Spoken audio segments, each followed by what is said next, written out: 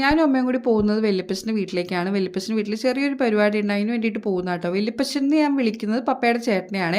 അങ്ങനെ നമ്മളവിടെ എത്തിയപ്പോഴത്തേക്കും കൊന്ത് നടക്കുമായിരുന്നു. കൊന്തെല്ലാം കഴിഞ്ഞപ്പോഴത്തേക്കും അച്ഛന്മാർ വന്നിട്ടുണ്ടായിരുന്നു കേട്ടോ. ഇത് നമ്മൾ കസിൻസ് മാത്രമുള്ള ഒരു പരിപാടിയാണ്.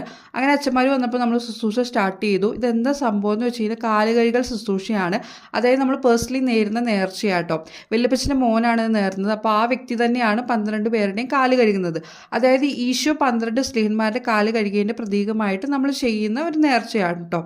ഈ ഇരിക്കുന്നതെല്ലാം ഞങ്ങൾ കസിൻസ് തന്നെയാണ്. അപ്പോൾ ഇതിൻ്റെ ഒരു ചെറിയൊരു പോർഷൻ ഞാൻ കാണിക്കാം. ശിഷ്യന്മാരുടെ പാദങ്ങൾ കഴുകി